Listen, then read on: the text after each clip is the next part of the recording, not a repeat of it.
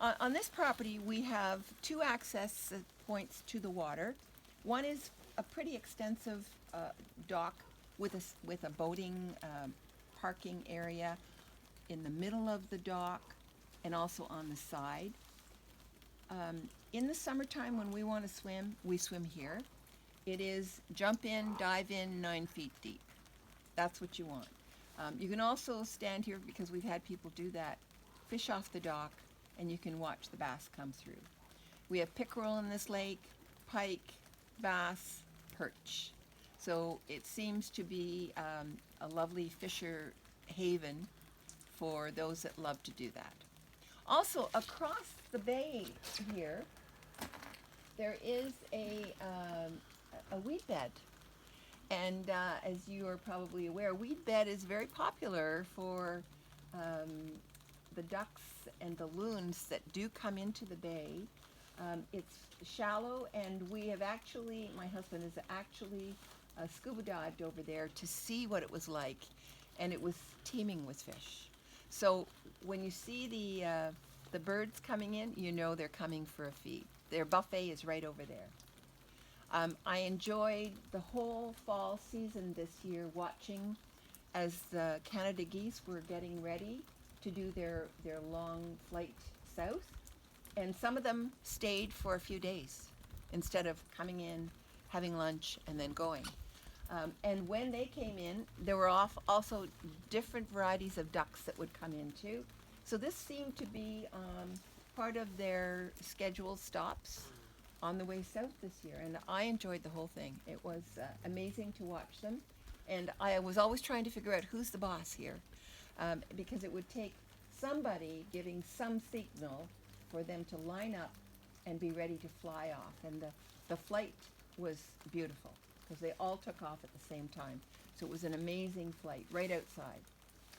The other thing I wanted to mention too is that we are very fortunate here at this property. Number one, we're sitting in the shore road allowance, so we are very close to the water, and you're not allowed to build in the shore road allowance anymore. So this is sort of a grandfathered thing. Probably this cottage, the original cottage, was built before there were regulations, probably back in the 60s. And what's good for us is that we are facing somebody's island. Now, what's good about it? This is the back side of the island. They have a beautiful cottage, probably a four-season home now, on the other side of the island. And there is no way that they will ever get a permit to be able to build anything facing this way. Now, they face into the big lake, so they wouldn't probably want to do that anyway, but there is no way that they would be allowed to build on this side because they have to be 100 feet away from the water, and that means the water that surrounds them. So 100 feet away on every part of that island. Furthermore, over here, I'm going to just wander over here. The island people have can drive their cars over here, and then from that edge there, it's all Crown land. So when I think about some of the good things about living on water, you have to think about how much privacy do you have?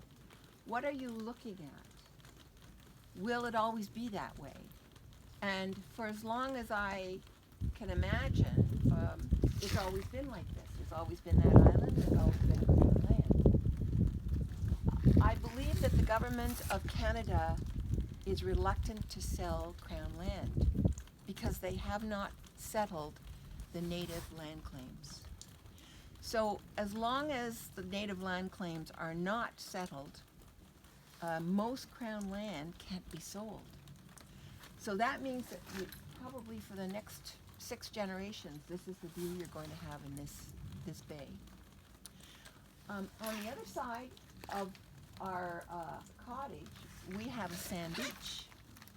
And this is a very unusual thing to be in the Land O'Lakes and have sand, natural sand, because we are really all rock. That's the wonderful thing about being here in the Land O'Lakes. We grow trees and we grow rock. And that means that our water is pristine. It really is crystal clear. We don't have farms because we have too much rock, so we don't have runoff that isn't crystal clean. That means that the water, the melting snow, is going to produce clean water that when the rain comes, when the lake fills, it's all going to be clean. There are many people that pull their water out of the lake and have an RV system of some sort or a filter system, and they drink the water out of the lake. Now it has to be processed, but I have had clients who have taken a sample to the health unit and found that it was very clean. I'm not a proponent of that, but if you are just using it for showering and washing your dishes and flushing the toilet, it shouldn't be a problem. You need to also be assured that you have potable water if you're bringing guests and family to your cottage. So that would bring up another topic, and that is the topic of what kind of systems do you want to have in your cottage. And that would depend very much on how long of a season do you want to use your cottage.